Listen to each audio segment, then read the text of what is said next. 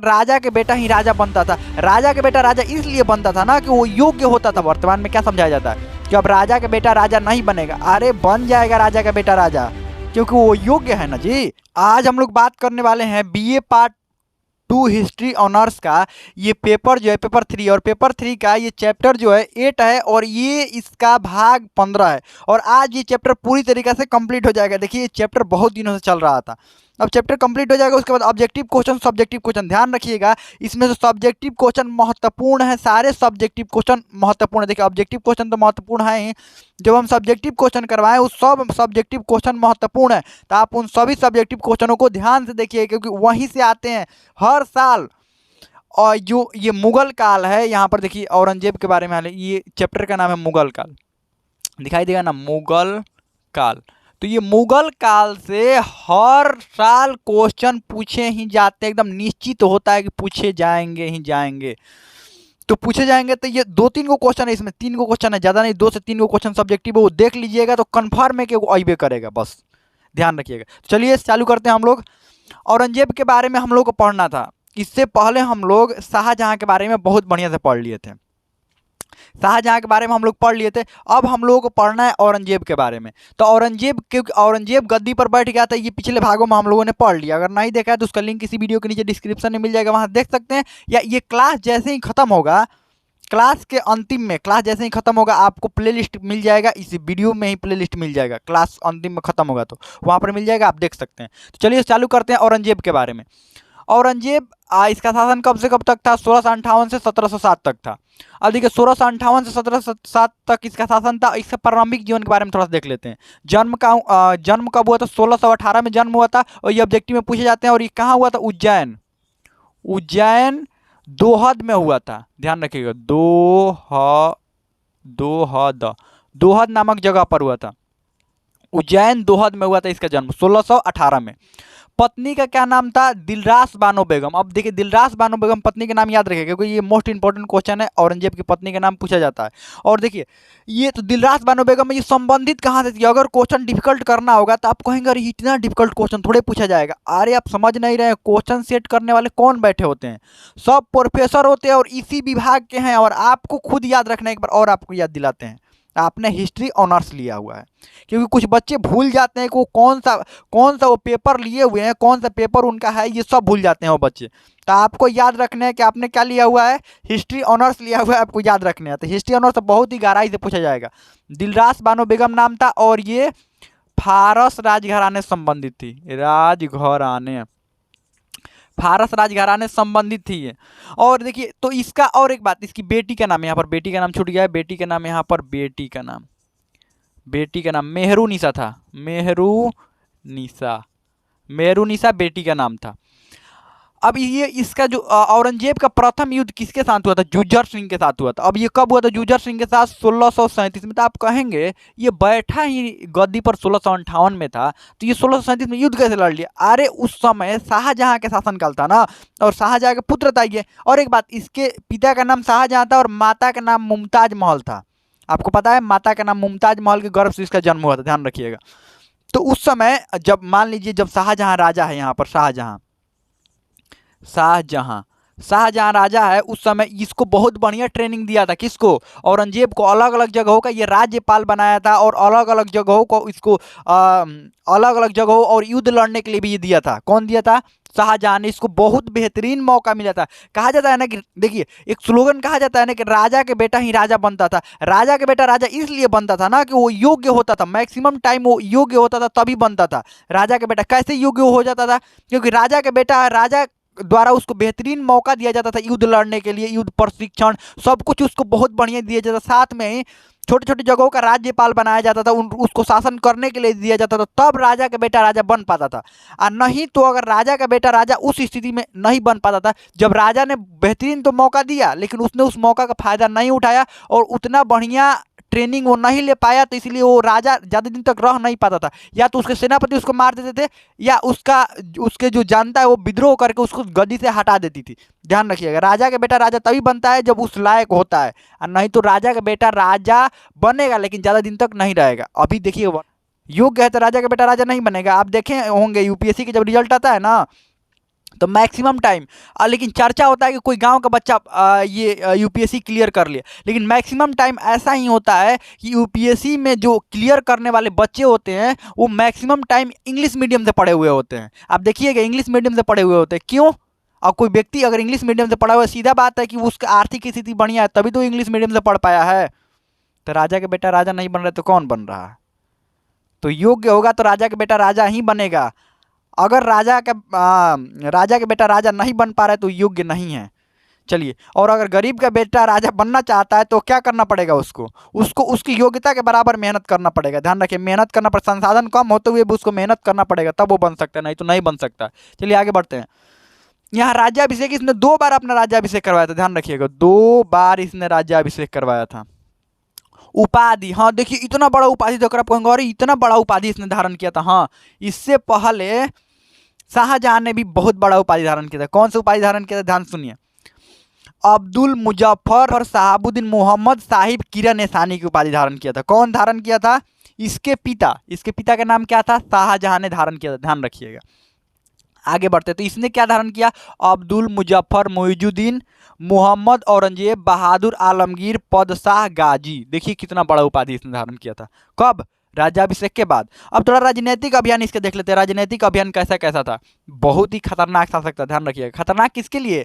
अरे जनता के लिए खतरनाक हो गया था। और जनता कौन? जनता आगे देखिएगा किस जनता के लिए खतरनाक हुआ था। अगर कोई कहे आपसे कि ये राजा बहुत बढ़िया है तो सबसे पहला सवाल आपको करना है कि वो राजा किसके लिए बढ़िया था?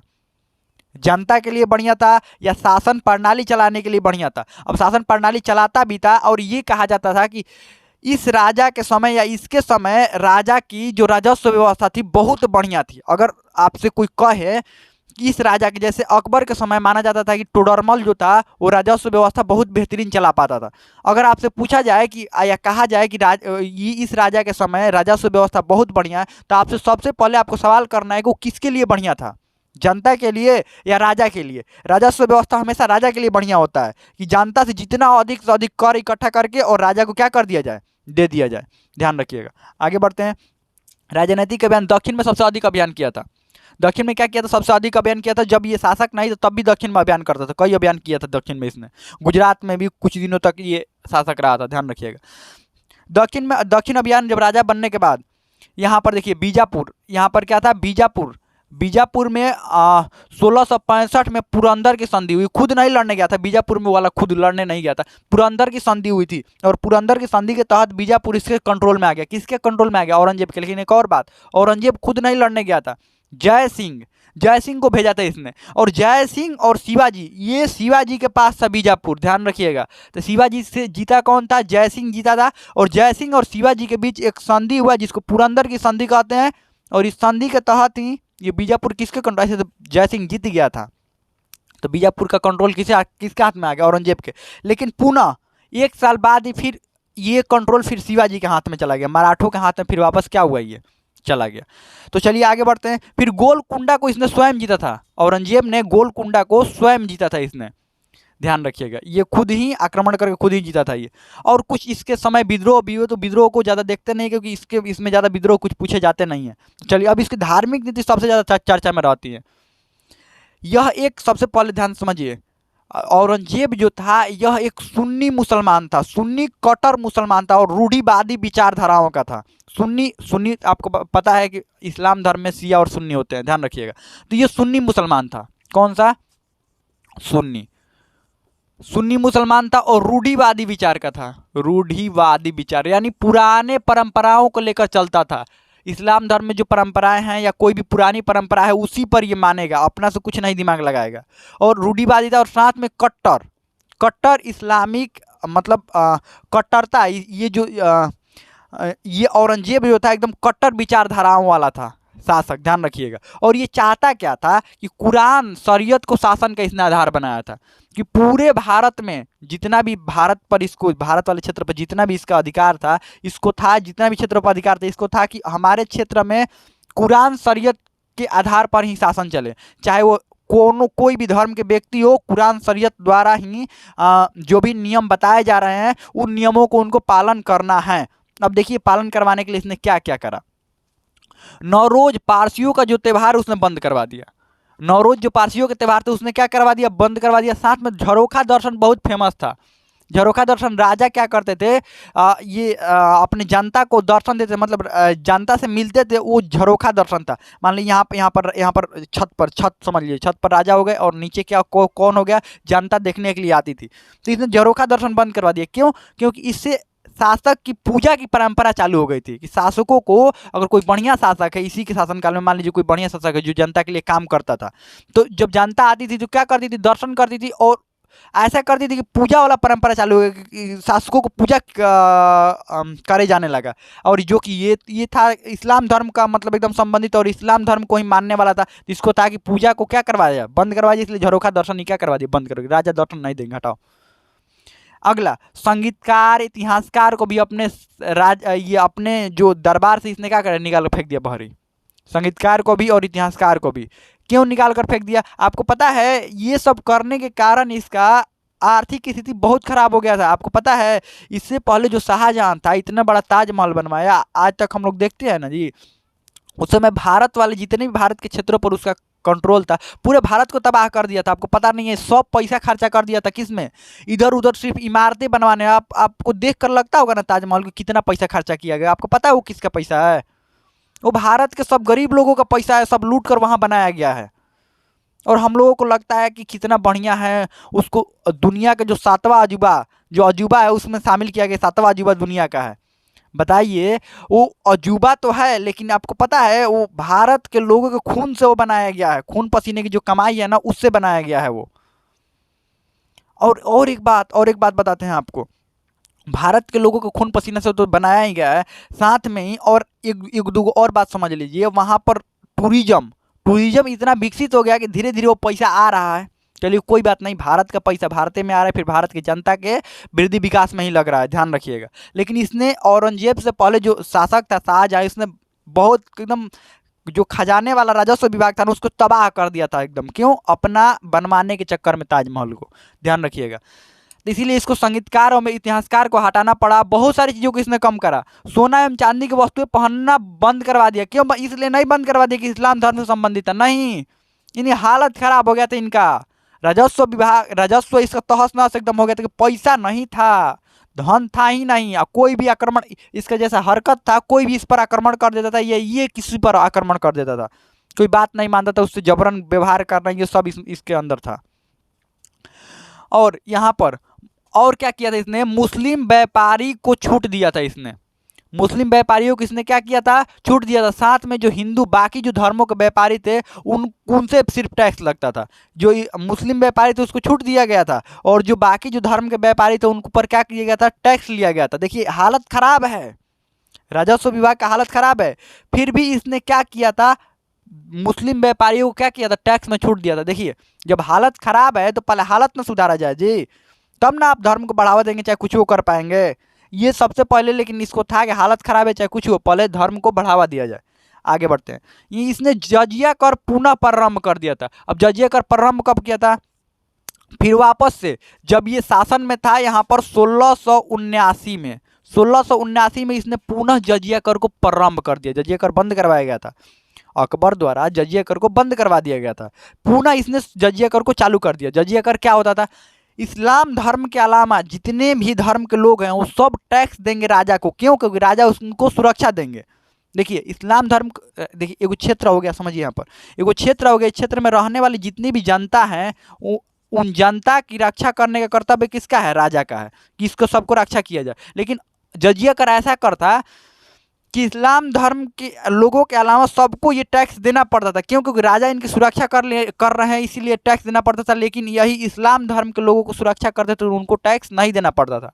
सिर्फ ये कौन सा, इस्लाम धर्म के अलावा जितने भी धर्म के लोग थे उन सबको जजिया कर इसलिए देना पड़ता था।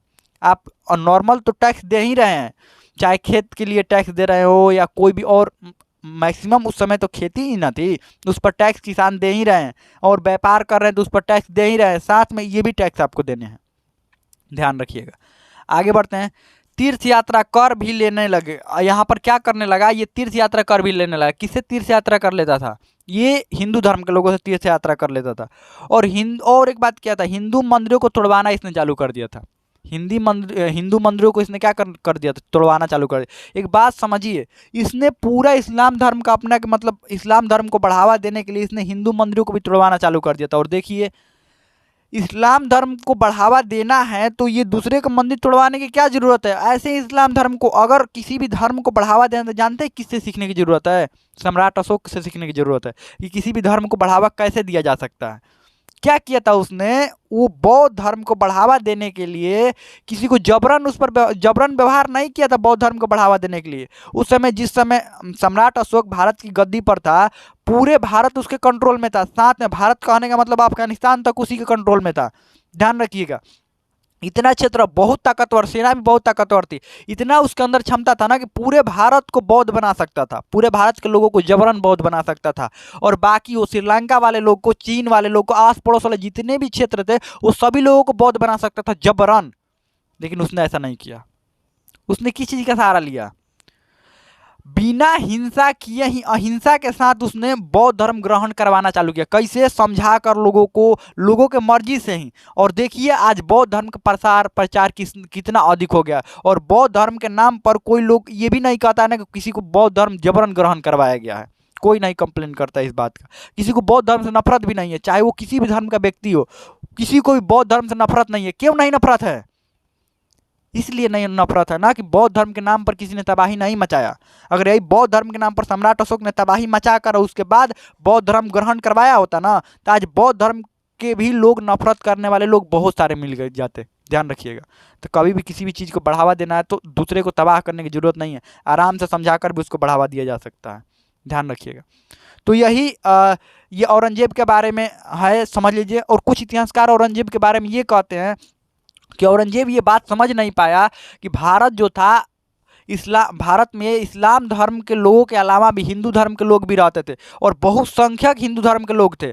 और वो सिर्फ इसलिए था कि वो सब पर इस्लाम धर्म थोपना चाहता था, इसीलिए वह एक आगे उसके आने वाले जो आगे आने वाले जो उसके उत्तराधिकारी हुए उतने योग्य नहीं हो पाए। और देखिए, इसी के बाद, औरंगजेब के बाद, पूरा ये जो मुगल शासन था वो विनाश की ओर एकदम बहुत तेजी से निकल गया। इसके बाद एक भी योग्य शासक नहीं हुए। इसके बाद वाले समय को उत्तर मुगल काल कहा जाता है, क्योंकि एक भी योग्य शासक नहीं हुए। ध्यान रखिएगा। और आज ये खत्म हो गया। अब इसमें कोई भी आपको डाउट हो, कोई भी क्वेश्चन हो, आपको कमेंट में पूछ सकते हैं। हमें लगता है समझ में आ गया होगा।